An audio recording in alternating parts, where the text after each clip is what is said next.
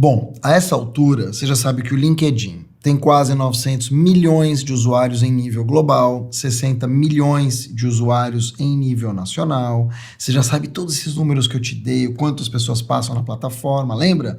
17 minutos por mês, que não é muita coisa. Você tem 39 mil skills ou competências cadastradas ali nos perfis das pessoas. Você tem quase 60 milhões de company pages, ou seja, é um mundo de dados para você explorar. É um mundo de dados para você se posicionar. E aqui eu quero trazer algo que é novo, não tão novo assim, mas que para você possa soar novo, que é social selling. Já ouviu falar? Pois é. Como é que o LinkedIn, então, se compara com outras redes sociais? Como é que essa plataforma B2B, nascida 20 anos atrás, se compara com o Facebook? Se compara com o Twitter? Como é que ela fica à frente quando a gente fala em conversão de leads? Mesmo tendo menos pessoas, mesmo tendo menos perfis de usuários e até usuários que ficam menos tempo dentro da rede. Olha que interessante. Mesmo assim, as pessoas têm tido engajamento. As pessoas têm tido conversão. E por que elas têm tido engajamento e conversão? Porque o social selling entrou em moda. A gente fala de social selling, né? Para um público brasileiro, eu já vou chegar nele, que tem 150 milhões de pessoas, dos seus 211 milhões de habitantes, que ficam conectadas em média 4 horas por dia.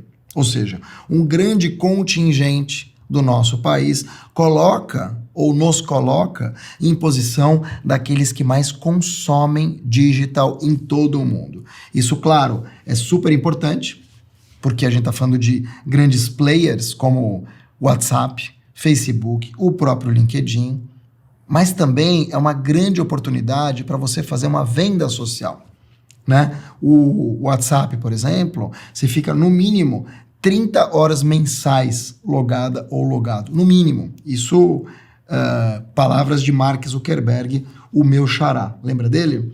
Então, o social selling, que é a venda social, eu já vou falar dela, ele também é uma prática cada vez mais utilizada para criar ponto de contato, para que você possa conhecer quem é a tua audiência, para que você possa conhecer quem ou com quem você deveria falar como prospect, parceiro, cliente, empregador, empregado, enfim, você tem inúmeras formas hoje de você fazer uma venda social.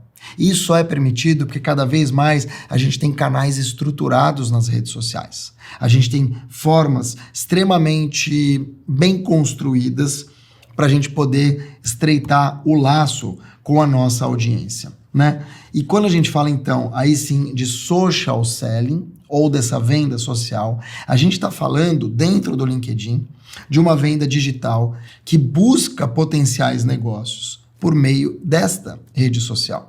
A gente estabelece um relacionamento com essas mesmas pessoas. A gente estabelece pontes de confiança. O que é confiança? Confiança é aquilo que você estabelece para você poder manter um relacionamento profissional, pessoal, aquilo que você mantém para você ficar ao longo dos anos dialogando com essa pessoa.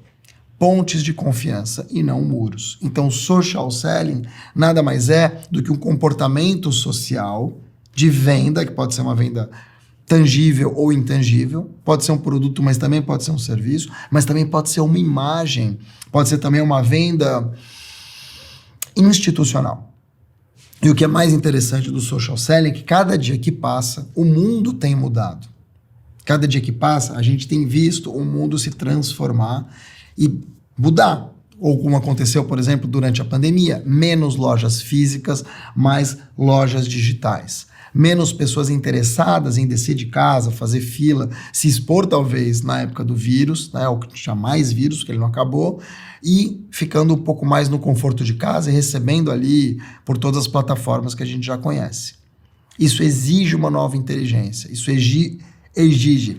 exige uma nova forma de conversar, uma nova forma de abordar e até de ser abordado. A gente está mais criterioso, a gente está mais impaciente com algumas coisas, a gente está mais econômico, a gente está mais voltado para a família. Olha quanta coisa a gente foi conquistando ao longo dos últimos 3 anos e por isso que é tão difícil a gente ser abordada ou abordado em uma rede social. O cold call, aquela chamada fria, alguém que vem com uma conversinha fiada, dificilmente vai passar. Mas quando ela quer criar em você, uma empresa ou uma pessoa, um desejo de comprar, quando ela quer fazer de você um potencial cliente ou parceiro ou até sócio, já que a gente fala muito de equity, né, das empresas, a gente tem que lembrar que entretenimento, comunicação, informação, approach, tudo isso conta na hora de fazer a tal da venda social.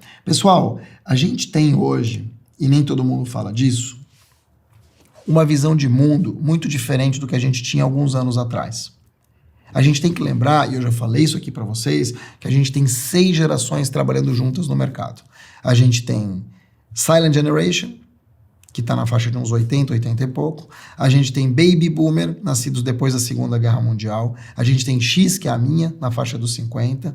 Y, na faixa dos 40 e muitos. Millennial, na faixa dos 30 para os 40. Z, de 2000 para cá. Isso são 6. Silent, Baby Boomer, X, Y, Millennial e Z. E tem a geração que está em casa, que é dos meus filhos, que é a geração Alpha, nascidos de 2010 para cá. E eu não sei, vou dar uma pesquisada, a geração Beta, de 2020 para cá. As gerações diminuíram, né, com o tempo. Eram 15, 20 anos, agora são praticamente 10.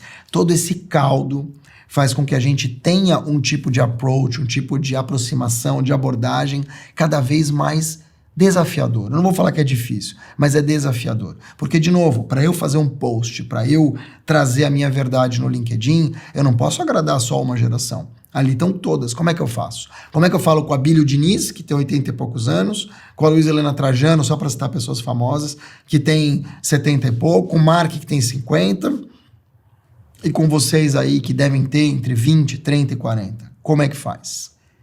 Difícil. Então você tem que encontrar uma maneira que a tua linguagem vá se adaptando para você poder promover uma venda social. Além disso, existe um outro fator que é igualmente importante ao meu ver, que é a mudança de mundo para uma sociedade 5.0. 5.0. Você conhece o conceito de sociedade 5.0? Não? Então eu vou te contar. Para quem disse sim, eu não ouvi a resposta. Então, assim, 5.0. A sociedade 5.0 é uma sociedade que foi criada pelos japoneses em 2016, apresentada em Davos, na Suíça. Japoneses, Suíça. E que é uma evolução da sociedade criada pelos alemães em 2008, que é a 4.0. A gente vive na 4.0. Então, a primeira da caça, a segunda, a sociedade da Revolução Industrial, né? Fordismo, máquinas, né? Aquele conceito de fábrica. A terceira, se fala pouco, revolução dos chips, da informatização, anos 70, aqueles computadores enormes, né? Na saúde, na indústria automobilística, computadorizando escritórios e tal. A quarta, 2008, que é tudo que a gente vive hoje, drone, internet das coisas, inteligência artificial, todas aquelas coisas que tiraram a burrice natural ou estão tentando tirar a burrice natural do ser humano. E a gente vai ter a evolução disso para 5.0. A gente vai continuar usando realidade imersiva cada vez mais, Web3, metaverso, NFT, contrato inteligente, circular pela blockchain, ou seja, uma evolução daquilo que a gente vive hoje para algo mais preciso, para um domínio maior de dados, para uma forma melhor de conduzir o nosso castelo, ele não vai ficar tanto no quintal dos outros. E tem 3 grandes pilares. O primeiro pilar, sustentabilidade, de negócios e pessoas, né? Porque a sustentabilidade, ela não só está na questão do meio ambiente, sustentabilidade dos negócios, da tua saúde mental, como é que você se sustenta ao longo do tempo para se manter nesse mundo caótico. Segundo ponto, qualidade de vida. A qualidade de vida é um fator essencial para você literalmente viver melhor. Então, quando a gente tem uma Covid, e obviamente os japoneses não pensaram nisso 5 anos atrás, a gente tem uma qualidade de vida repensada. A gente sai menos, a gente pega menos carro, a gente dorme até um pouco mais tarde, a gente trabalha perto de casa. Lembra? Até 2019, a moda era o coworking. Aí teve a pandemia e virou home office. Para quem tem filhos que nem eu, hell office, né? O escritório dos infernos. Acabou, todos nós viramos nômades digitais. A gente pode trabalhar de qualquer lugar, claro, desde que o teu trabalho permita, desde que você tenha uma boa internet, um bom computador. Você não vai ser chapeiro de restaurante, de shopping, trabalhando online. Não tem como. Você vai ter profissões presenciais, né? Caminhoneiro. Então você tem as profissões ali mais braçais. E você tem as profissões mais de escritório. Essas vão permitir com que você trabalhe mais à distância. Assim como estudar, assim como a bancarização. Ou seja, você tem uma qualidade de vida e você tem um uso da tecnologia para evoluir isso. Mas é evidente que a mobilidade joga um papel fundamental. Então a qualidade de vida é um grande fator quando a gente tiver cidades mais conectadas, menos trânsito, oportunidade de ficar mais tempo com a família, oportunidade de realizar o autocuidado. Uma coisa que a gente não tinha alguns anos atrás. Falar em saúde mental em 2015, 2013, 2012, 10 anos atrás, era papo de aranha. Eu vou cuidar da minha saúde mental. Isso era visto como motivo de chacota. Hoje não, hoje é essencial. Você tem Simone Biles, atleta americana, que deixou de ganhar medalhas de ouro que ela ganharia porque ela queria cuidar da saúde mental. Ela deu uma lição para o mundo. Você tem esportistas como Roger Federer, que escutam o seu próprio corpo e dizem, eu não vou entrar em quadra, vou me preservar. Imagina, claro que eles têm condições para isso hoje. Hoje você talvez não tenha. Você tem que trabalhar até tarde, vai dormir pouco, vai estudar. Sim, mas é por um tempo. Depois de um tempo você vai ter que viver, porque doente você não vai mudar o mundo. E por fim a inclusão.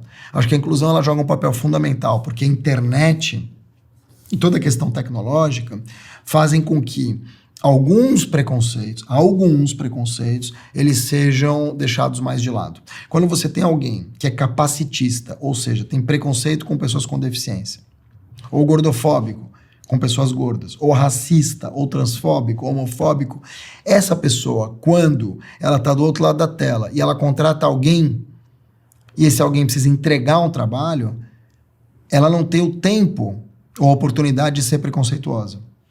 Então, entendendo isso, os japoneses viram na inclusão digital uma oportunidade de tirar algumas arestas, de aparar algumas arestas da sociedade, para ter uma sociedade um pouquinho mais equânime. Eu falei um pouco, porque não vai resolver os problemas do mundo, infelizmente. Mas é possível, por meio da tecnologia, que essas pessoas todas, com um vagar, consigam mais oportunidades do que conseguiriam quando você chega numa cadeira de rodas numa empresa e o dono fala, ai, coitada, ela não vai aguentar. E você aguenta muito mais do que ele. Acho que é por aí. Dito isso, saindo então da sociedade 5.0, a gente volta ao social selling, que está se encaminhando para essa sociedade.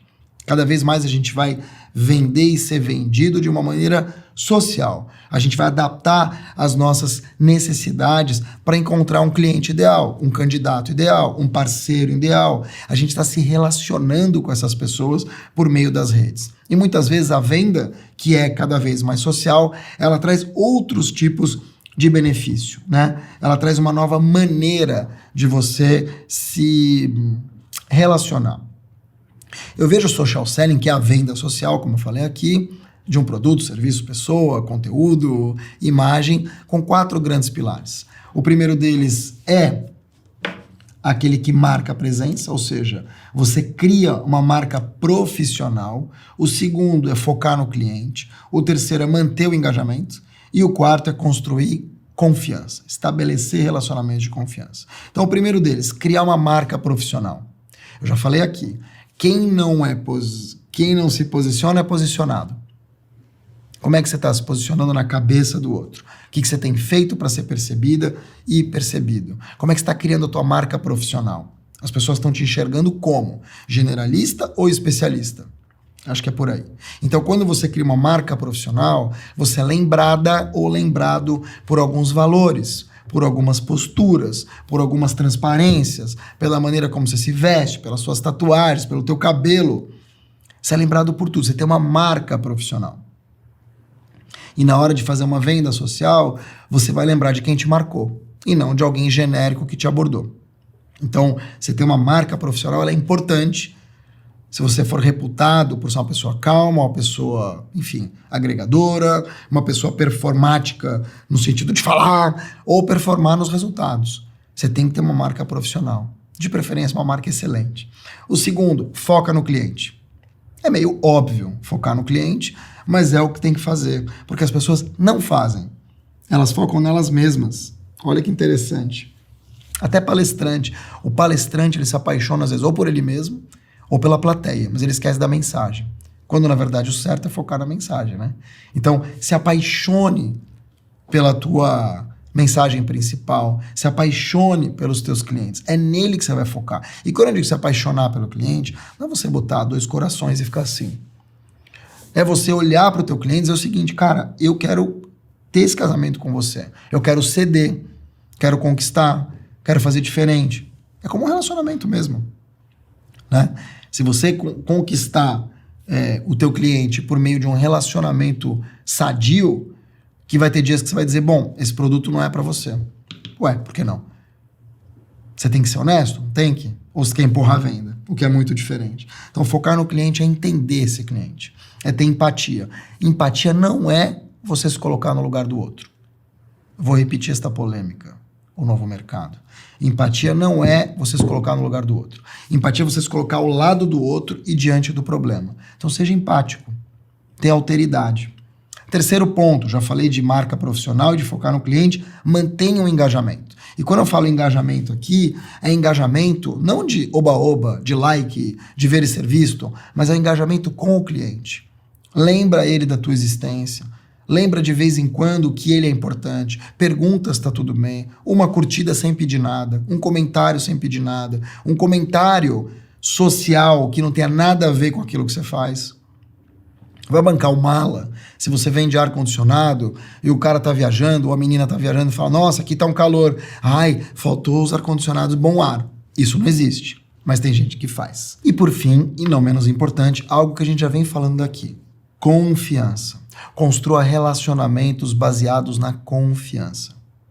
Se a gente puder especificar o que é confiança, sabe aquela brincadeira que você faz quando é criança, que você cai para trás, alguém tem que te segurar? Aquilo é construção de confiança. Quem está te segurando? Quem você está segurando? Quais são as pontas que você está segurando, né? Para poder construir esse relacionamento. As pessoas gostam de comprar ou gostam de se relacionar com quem elas têm confiança. Existem empresas fora do Brasil que tem como slogan contrato de confiança. E é isso. Porque eu já falei também aqui. A gente já chega muitas vezes numa loja sabendo mais que o vendedor. Então o que... Será que eu falei isso aqui? Não, talvez tenha falado em outro lugar. Mas às vezes a gente chega num lugar já sabendo mais que o vendedor. Não é assim? Você pesquisou tanto, mas tanto, mas tanto, mas tanto, que o vendedor ali ele tem o viés de confirmação.